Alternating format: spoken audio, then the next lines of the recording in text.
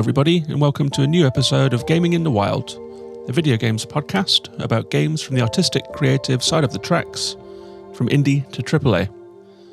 My name's John, I'm your host.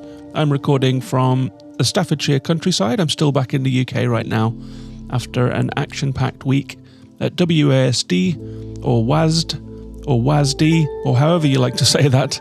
I was down in London this week for that event to try out some games, to walk around the show floor. It's a showcase type event. There were also some talks, some conferences, all of that kind of thing. I also met some friends, saw some art, and had a little bit of a holiday while I was there as well. So it's been a really good week, a really action-packed week. It does still mean that I'm still away from my home studio back in Reykjavik, Iceland, but I'll be heading back there in just a couple of days. So if this episode sounds any different to usual, it's because I'm recording on a compressed setup that I could throw into my case. But today's episode is going to be just a rundown of everything that happened at WASD, the people I met, the games I got to play, and just telling you all about how it was, I think. I mean, when I think about PAX and GDC and all of those fun events, Gamescom, all of those games events dotted around the world, I follow the coverage of them pretty closely. I like to hear what games are on show. I like to hear from people about what the scene was like there. And so I actually got to go to one, and today's episode will be me sharing that experience with you. I assume that many of you out in the States and spread across Europe have similar fear of missing out when it comes to WASD. So I will share the experience and tell you what I played. And there were really quite a lot of good games there too. A lot of game developers around, a lot of interesting games industry people around. So there was some good conversations, some good times, and it was a really fun experience. I will also say that I was recording voice notes on my phone as I was walking around. It turns out that iPhones have gotten a lot better over time. The voice recorder actually does pretty good voice recordings now and filters out background sound quite a lot. So as I was walking around, I was taking a couple of voice notes and chatting to a couple of people. And I'm going to throw all of that together for a Patreon episode. So if you would like to hear some notes on the ground, I was with my friend Kieran Daly, sometime guest on the show, as I was walking around. And me and Kieran did a little pre-game every day and a little wrap-up at the end of every day as well. And I'm going to throw all of those together into a Patreon-only episode for the patrons. And there was actually a new patron this week, so thank you very much to Alex for joining up. There's been quite a few patrons this month, so thank you as well to Liz, Steve, JD and Zibby, all of whom joined up in the last month. Patrons get access to a whole load of Patreon-only episodes, behind-the-scenes and off-topic stuff like music, video game music, spoiler casts, travel diaries, all of that kind of thing. The WASD behind-the-scenes episode will be one of those. And I do tend to think of the podcast that you're listening to now that goes out onto the public feed as the main show, but for enthusiasts or people that want a little extra, these behind-the-scenes episodes give people that. So if you are a listener who would like a little more Gaming in the Wild, then it's patreon.com/gaminginthewild, and you can sign up for $1 a month. There are a couple of other perks, like joining our Patreon-only Discord server, which is a really nice little corner of the internet to chat about games. So I'll leave a little link in the description for the Patreon if that's something that interests you. And with all of that said, let's move on and talk about all of the games in the week that I just spent down at WASD.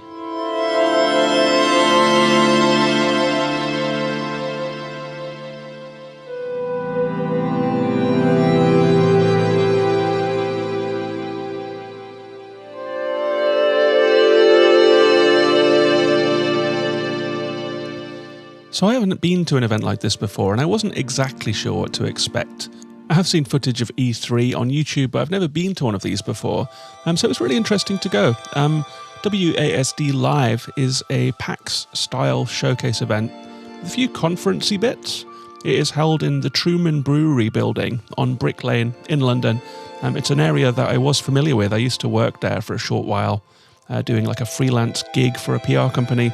So it was really nice to be back on Brick Lane and back in East London, just see how it's changed. It had some nice nostalgia for me. But the Truman Brewery is a giant old brewery building with a huge chimney that has long since been converted into a space with all sorts of shops, bars, creative spaces, and the exhibition space that WASD was held in. When you walk up the stairs and get in there, it's in a big, airy white room with a glass ceiling. So it's got some soft light in there. There were people milling around all over the place. There was a show floor with tons of playable games, various little rooms dotted around through corridors and doorways. There was a small stage with, I would say, I guess about 100 seats that was hosting talks throughout the weekend and throughout the week. A lot were aimed at students about getting into the games industry. But on Saturday, there were a few more focused ones that were talking about things like the rise of cozy games and giving advice on pitching games to publishers. So a lot of game dev focused stuff, a lot of games industry focused stuff. There was also a main stage in a dark room that had more like flashy Instagram palette gamer lights where they were hosting Let's Plays and competitive events and that sort of thing. I didn't spend much time in there, but there was a program of Let's Plays as well. And I was there with Kieran Daly, who is a regular guest on this show, especially at Games of the Year time. Kieran is working on a game himself and has been putting together his game design document. We were staying together and we talked about his game, and it was really interesting to walk around with him. Kieran was really great company, so thanks, Kieran, if you are listening, for that great weekend. It was fun being there together. We both got media passes. I got a creator pass because of this podcast. Kieran got a press pass because he has worked in the tech press.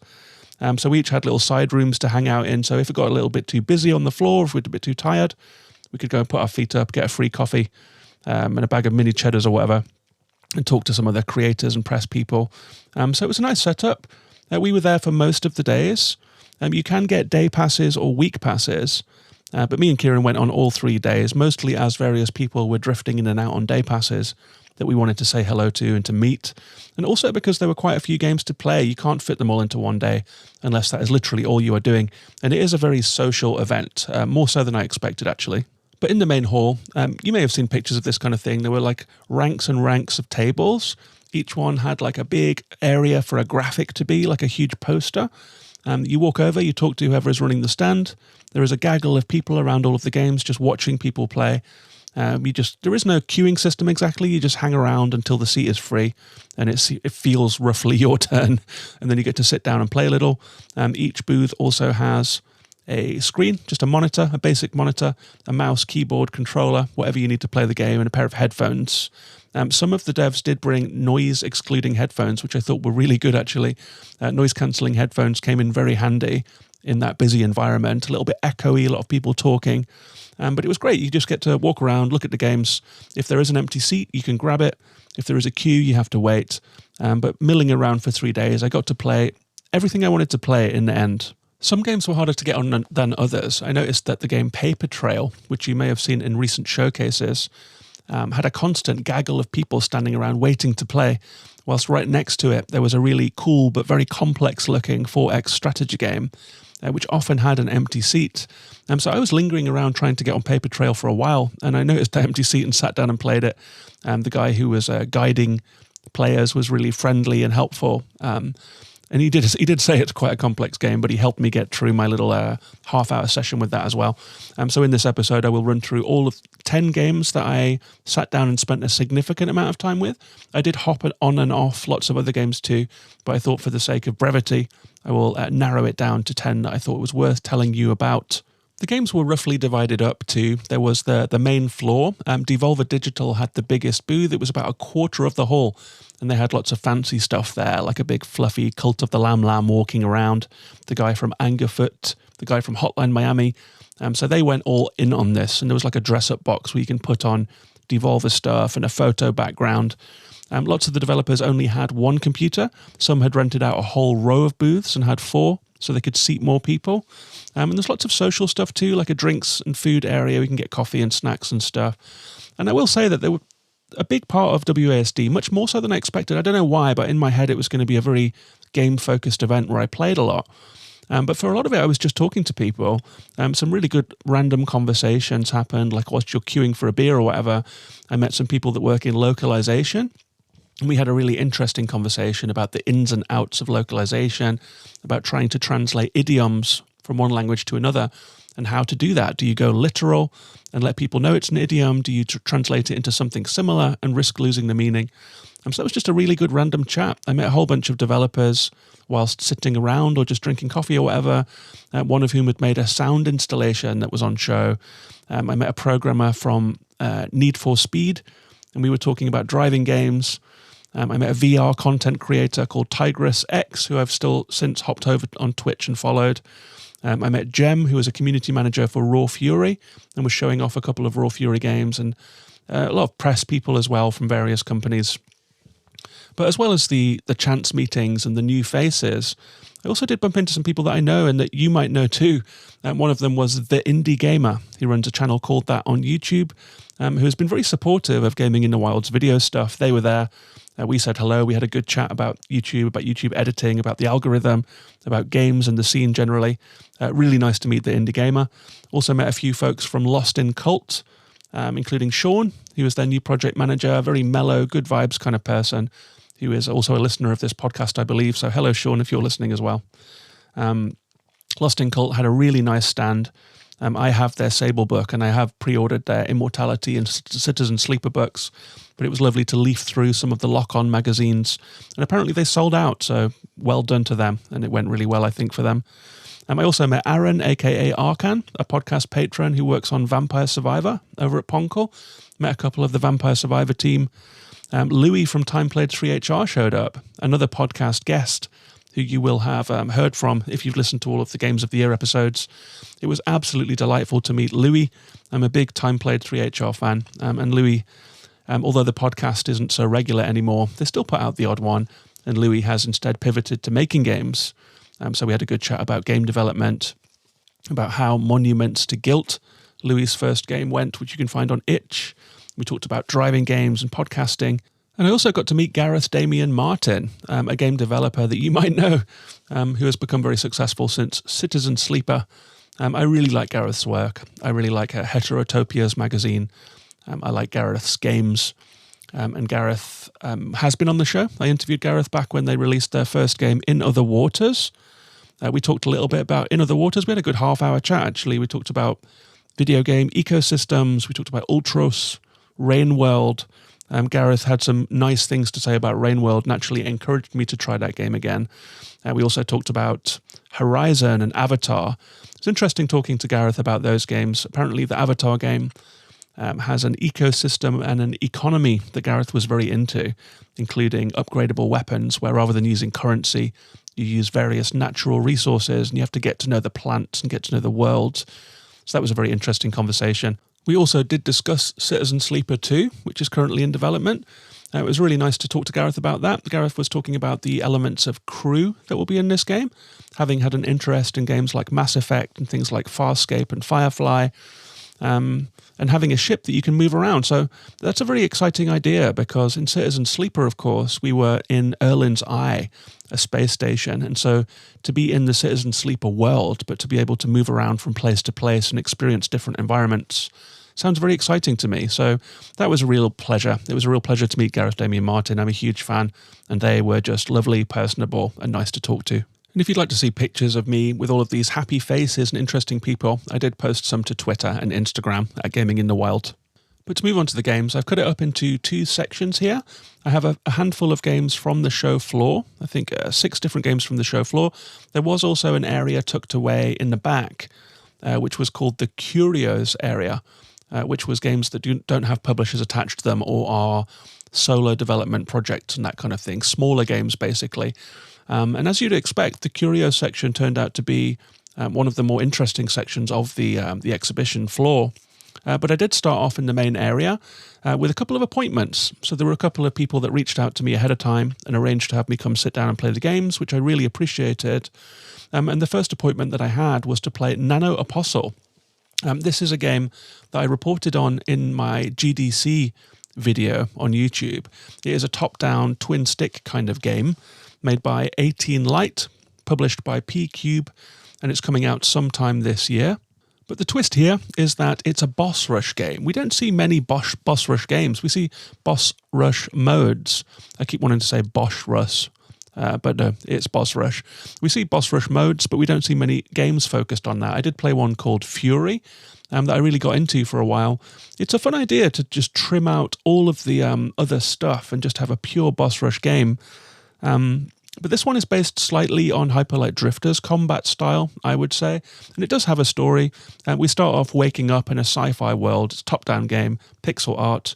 We play as a young girl who doesn't know quite why she has woken up in this facility.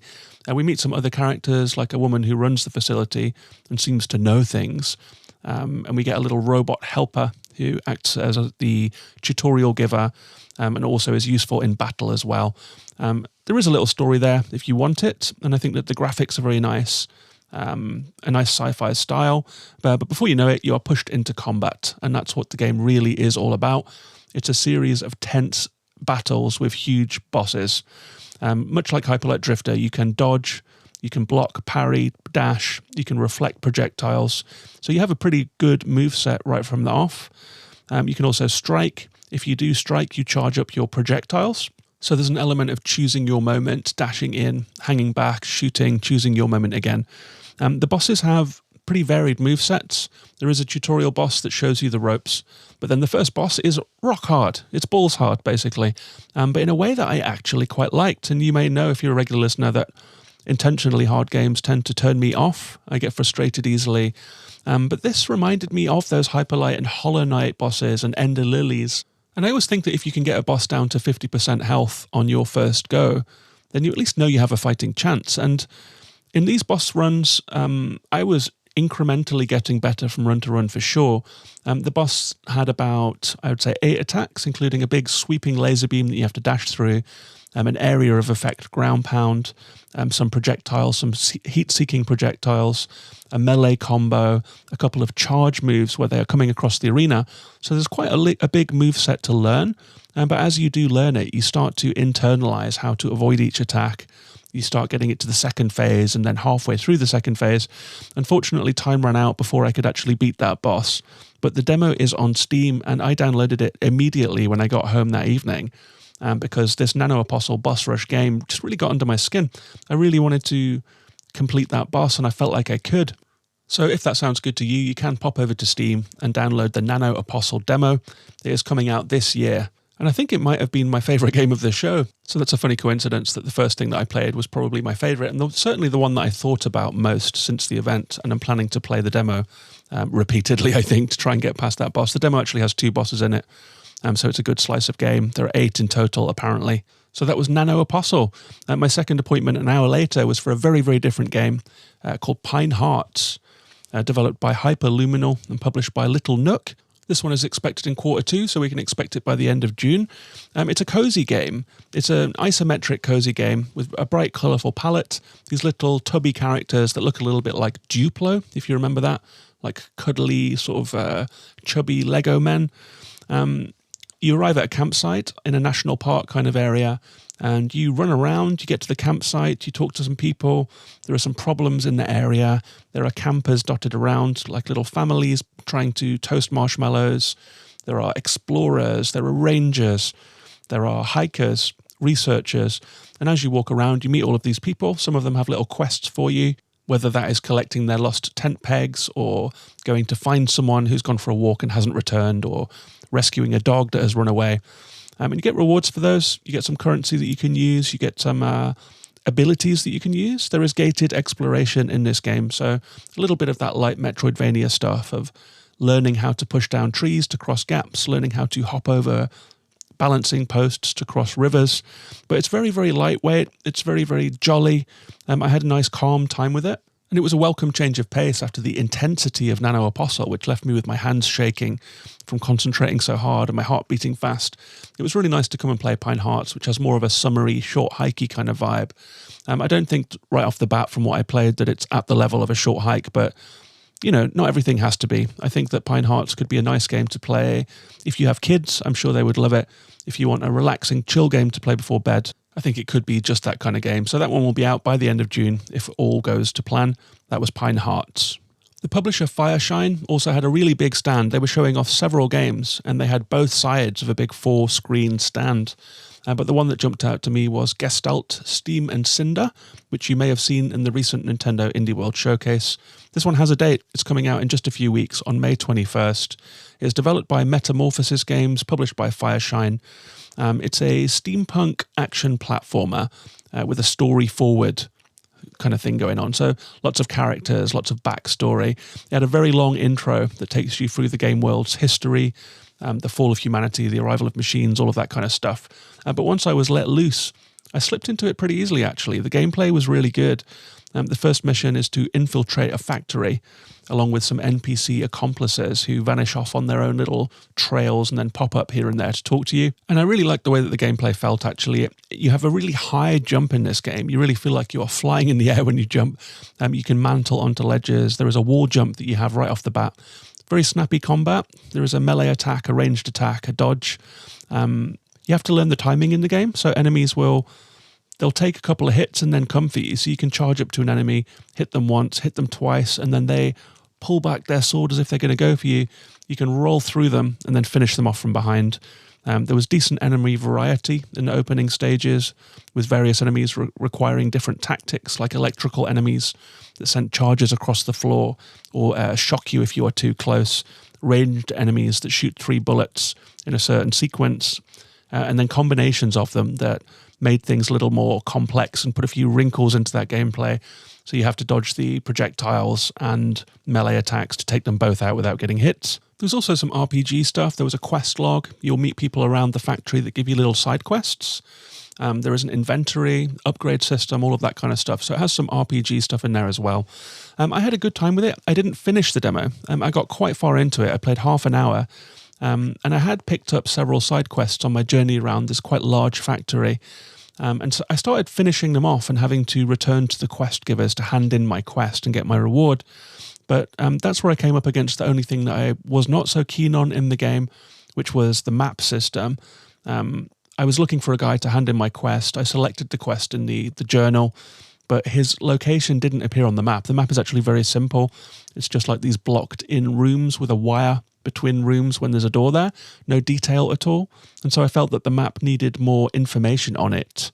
It's a very rudimentary map, and in that big labyrinthine kind of space, actually, with lots and lots of steampunky stuff going on, lots of wooden crates and cranking machines and narrow passageways and platforms to jump up and down, it did start to blend together a little. So I think a little more detail on the map would have helped me to orientate myself, to see where I had been, to see where I was going. So that was my only criticism of that one.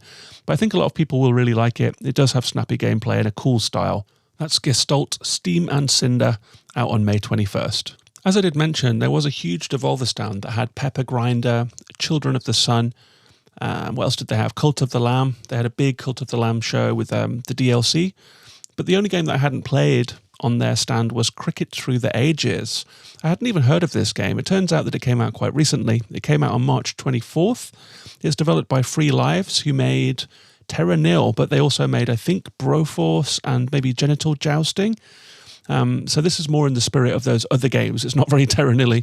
It's a very physicsy two-player combat game. And me and Kieran stood around looking at this game a lot because it looked like a lot of multiplayer fun.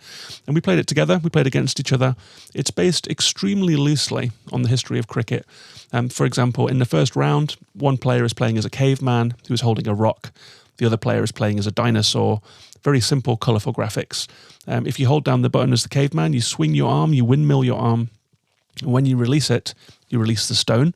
If you're playing as the dinosaur, you just mash the buttons and try and sort of ragdoll your way over to them to kill them. The controls are very unpredictable and chaotic, and I guess that's part of the fun. But you can learn how to throw in the game. And as you work through the caveman versus dinosaur section, you'll work up into medieval times with shields and arrows, and then eventually to actual cricket with people in cricket uniforms playing the game. And you can take out the stumps, you can knock off helmets, you can kill the other player. It's a one-hit kill kind of thing, so you just have to get the other player, whatever that takes in any round. It was very, very chaotic. There is a scoring system and there is a winner and a loser, but it all feels pretty loose and wild. Some of it was very fun, actually, like playing as a mounted knight versus the queen, or dinosaurs versus astronauts. It has a party game vibe, and it does mash up the levels after a while. After telling you about Cricket Through the Ages, it just turns into utter chaos, really. Very silly, very fun. A million miles away from like more technical, tactical, combo-based beat-em-ups. But if you regularly play multiplayer and have someone that you think that it would be fun to play that with, that was Cricket Through the Ages. It is out now. And I think one of the bells of the ball in terms of always having a crowd around it was Paper Trail by Newfangled Games. This one is also coming out on May 21st on all of the consoles, Mac, PC and mobile. Mobile is good for this one, actually. I can't imagine it being good on a touchscreen after having played it. There is a demo on Steam if you would like to try Paper Trail out now. This game had just one seat available in the hall, and it was constantly in demand. I never saw the seat empty. I think partially because it's gorgeous to look at. It has lovely, colourful graphics that are somewhere between cartoony and illustrated and painterly. Just very, very charming, nice to look at. And the demo does give you a big chunk of game, including quite a lengthy tutorial that shows you how to fold the world, because that's what you're doing in this game. It's a top-down game where you're walking around trying to get from A to B, basically. But sometimes A to B is not so simple. For example, if there is a bridge that is incomplete, but you can reach down, you can grab the corner of the screen and fold it like origami, like you're folding the game world. And by doing so, you change the game world. So perhaps you can fold the paper and make the bridge complete, then cross over, fold it back, and then get out of the exit. That's the basic premise of the game. And as you can imagine, there is room for the complication within that. So with that established, folding the pages diagonally, folding the screen horizontally and vertically and in different ways, and folding multiple times to get the front and back of the paper allows for a lot of different puzzles. And I can imagine this one getting more challenging as it goes on. So it's a kind of devious puzzle game, but also very, very attractive and approachable. I would say that it had a strong vibe, and it was instantly understandable what the game is from looking at the screen. It has won a lot of awards already and has been featured in a lot of showcases, so I imagine that most of you will know that one.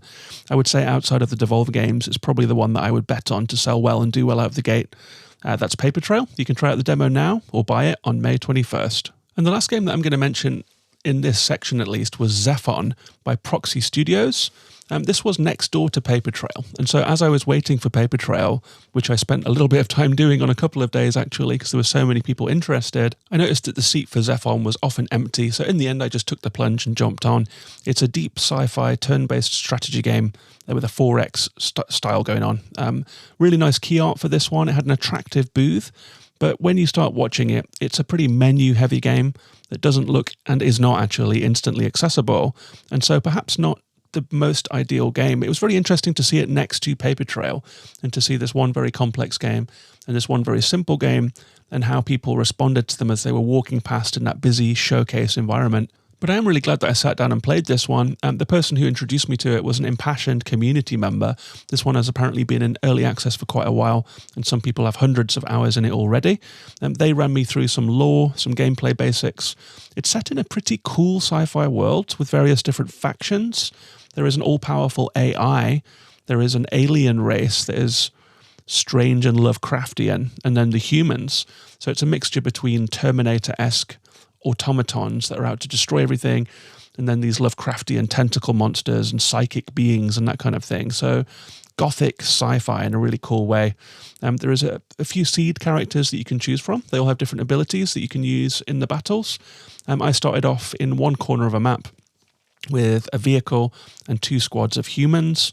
The guy said that humans are the best place to start if you're new to the game. If you've played Command & Conquer Red Alert, you might know what this one plays like. You start off in one corner of the map. You can see the whole thing. It has a fog of war, but as you explore, it uncovers the map.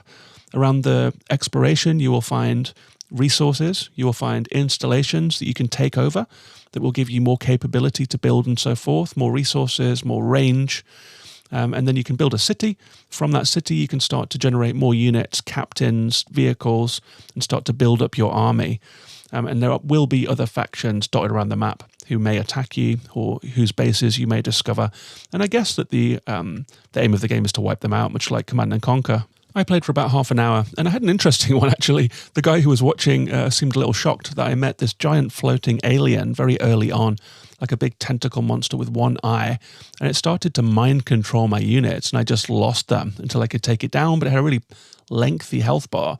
The guy actually didn't advise me to start again and reseed my character, but I thought I would just go with it. So I battled them for a while. I lost a bunch of units, and it was fun, actually. It was fun to just succumb to the game and the RNG, and even if it was never going to be a winning run, I was only playing for half an hour, so it didn't really matter.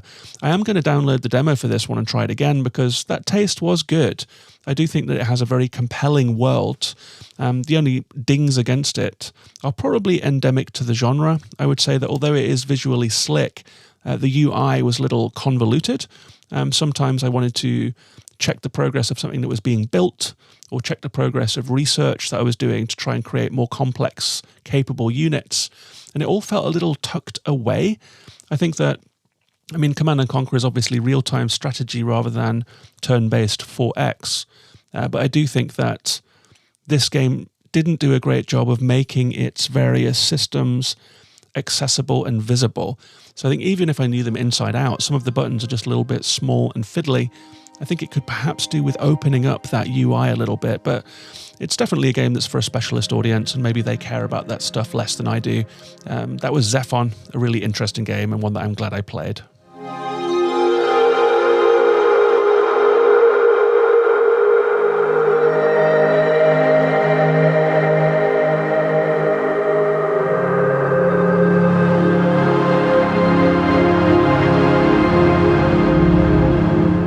And in the back, outside of the main exhibition hall, there was an area dedicated to some other kinds of games. There was one area dedicated to student projects. We played one called, I think it was called Rova, R-O-V-A, that had a Sable-style visual. And they were still working on the movement model, but it was very, very cool to look at. It had like this moon exploration, vehicular aspect to it. So you head to a base, you pick up tasks like go and scan 5 alien life forms or go and scan minerals to try and find resources. Then out you go in your rover and you drive around this very cool looking Mobius-inspired lunar scape. Very cool game, and they'd only been working on it for 6 months apparently. The vehicle controller was a little bit all over the place. It was very slippery, skiddy, hard to control. But if they've been working on it for 6 months, it's a student project, then it was very impressive. It's called Rova, R-O-V-A. So look out for that one in the future. Who knows where it will go. But I think my favourite area of the whole event was the curios area. This was a discrete little table with just 10 or 12 screens back to back. Some of it was quite tight and you were kind of pushed against a wall. So it was kind of shoved in the corner a little bit. But this was the place where there were interesting, artistic, gaming in the wild type games, I suppose, by solo developers, some of them, or small studios. So I've got a few of those to talk about as well. One that caught my eye initially was called Data Garden by Shaman Garage. It's out now on Steam, only costs £4, and the developers describe it by saying it's a textless comic game hybrid about data, interaction, and digital identity, playable with only one button. And it was, you just hit spacebar to move things along. It's a very minimal game with some design sensibilities to it. The graphics are line drawings against flat backgrounds of things like Instagram posts, complete with the window and the UI, plants, maps. Some elements are interactive in each scene. You click on things to make other things happen. It's quite simple, like you have to roll the dice and see all of these Instagram posts flashing by you. And then when you hit pause, it stops. You have to heart each one. Just that kind of thing. It reminded me a little bit of Madison Carr's Birth. Low-key interactions to move things along, but it's different every time. You get different graphics, different types of interaction. Clicking on things makes other things happen. There's a little bit of pattern recognition, and the whole game takes about 10 or 15 minutes to play. And for a couple of pounds, I think it's worth it. So if you listened this far into the podcast, if we're past the half-hour mark, pop over to Steam and buy Data Garden. It's just $3 or £4 or something like that. And give it a try. That was a nice little find. Right next to that was a game called Echo of the Waves, developed by Onera Games. It's coming soon on Steam, so no release date for this one, but it was a very pretty 2D exploration and puzzle game with lovely watercolour graphics. I would say it's adjacent to something like Gris. I still don't know if you pronounce it Gris or Gris. I will never know, probably. But in terms of look and vibe, the game resembles that for sure, with dashes of something like a Highland song, where you're skipping between parallax scenes, and the environmental puzzles. That reminded me a little bit of the kind of thing we saw in Hellblade 1, where you see shapes in the environment, and you notice them, select them, and it moves things on. The way it works in this game is that you explore small islands from a side-on 2D perspective, and you will run past things that look distinctive, for example, half of an archway with the other half that has collapsed.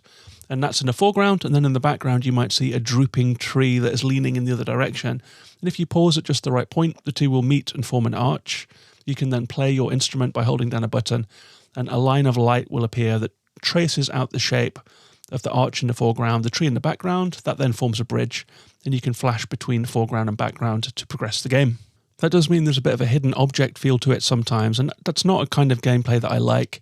I don't particularly like that stuff in Hellblade where you're scanning the environment looking for triangles made out of branches or whatever. It feels a little bit abstract and tedious to me, but I think some people must like it because it's a really popular genre. So my taste in genre is nothing to do with this game specifically. I think it was well made and on a good track. So if you like the sound of Gris with hidden Highland song pattern recognition stuff, then keep an eye out for that one. It's called Echo of the Waves. 2 more to go, and I've saved the 2 best for last, really, apart from NanoApostle. I think these were my 2 favourite things that I tried. The first one's called Wax Heads, developed by Patati Games. The developers described this one as cozy punk, like hyphenated, cozy punk. A cozy punk slice-of-life narrative sim about managing a struggling record store, chat to quirky customers with unique tastes, explore a handcrafted record collection, fall in love with bands and their drama, or just slack off with your colleagues, all to restore the groove. This was a really fun one. It's a shopkeeping game with process-driven gameplay, a little bit like something like Papers, Please or Mars After Midnight, which I talked about last week. So it's procedure-driven gameplay, and that means that instead of in Papers, Please, where you are stamping passports, in this game you are selling records. People come in, customers arrive at your counter, you see a portrait of them, they ask for a record, but they're not always particularly specific. Sometimes they are. They start off quite easy, like they will know what they want, like the latest record by a certain artist. Those are very easy to find. You just walk around the store.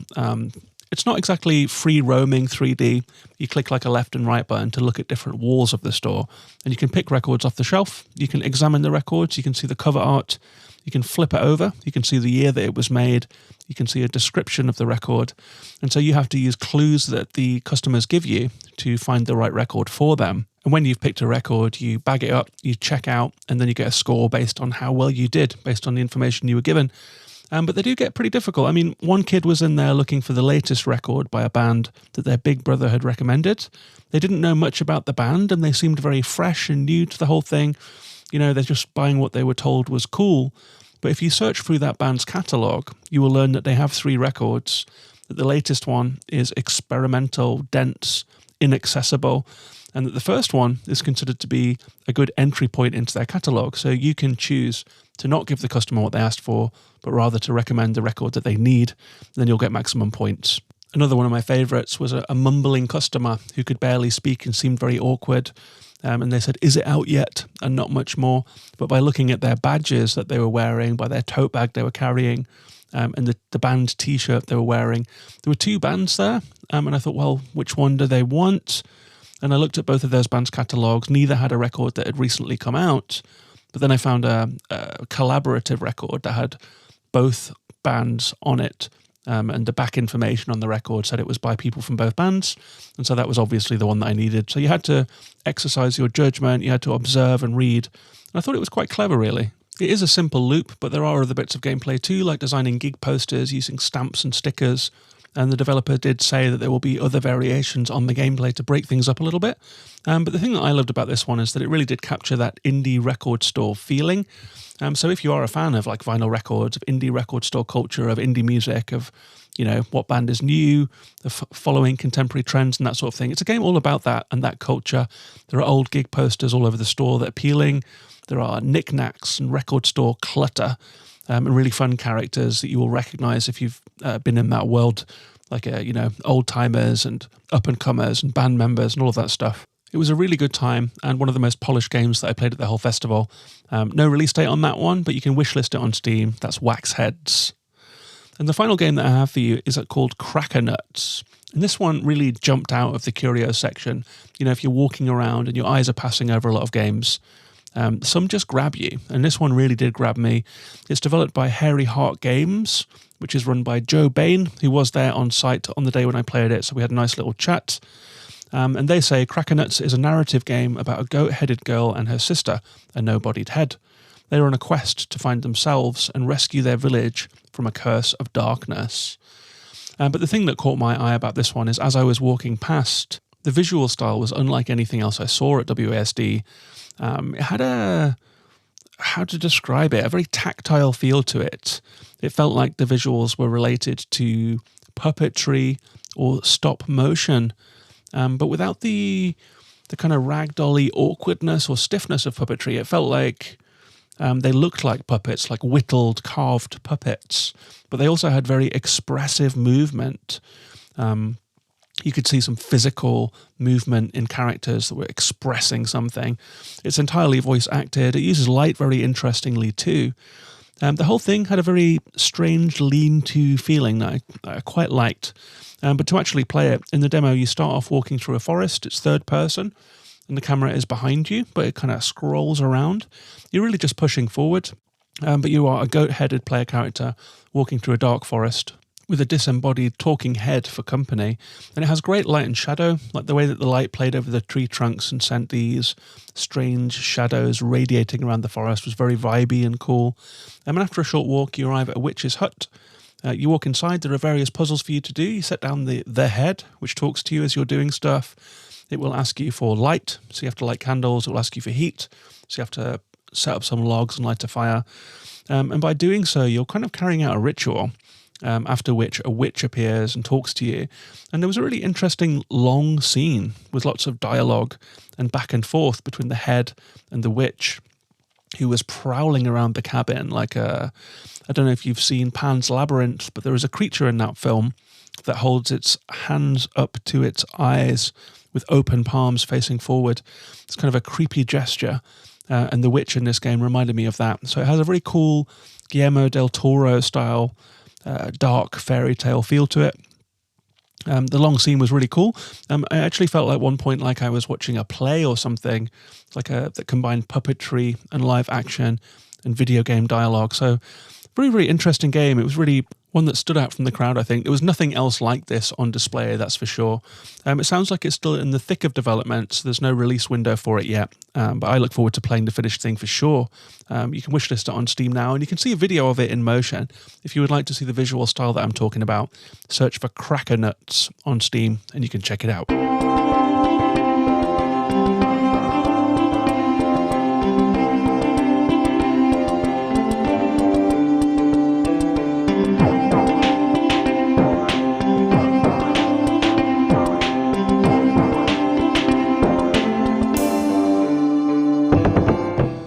So that was a really fun week. It was fun to go to my first ever video game showcase and to see all of these games in motion.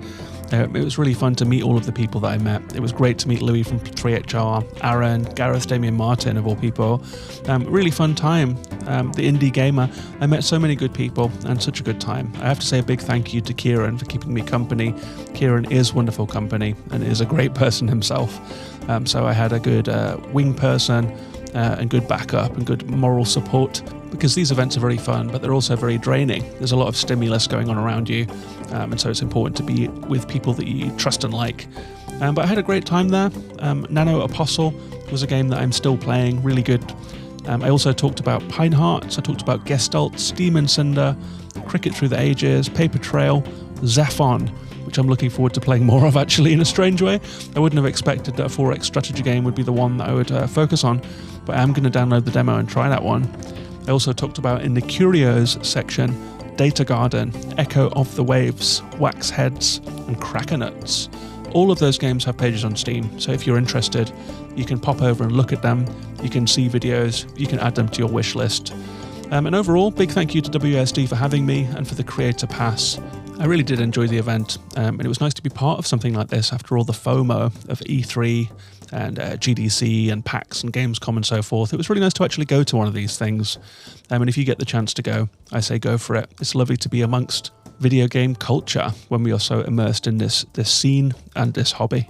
If you were at WASD and you'd like to tell me about a game that I missed, you can find me on social media as Gaming in the Wild.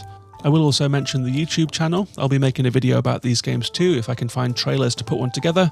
And there is of course the Patreon if you're interested in supporting this podcast at patreon.com/gaminginthewild, where I will be putting together a little voice diary bonus podcast for people that would like to hear the sound from the floor and to hear me and Kieran's thoughts as we travelled around the event. The sound quality might not be up to snuff, but it's a good time anyway. But I'll wrap it up here. I'll be back next week with a new episode, but until then, take care of yourselves and each other, and bye-bye for now.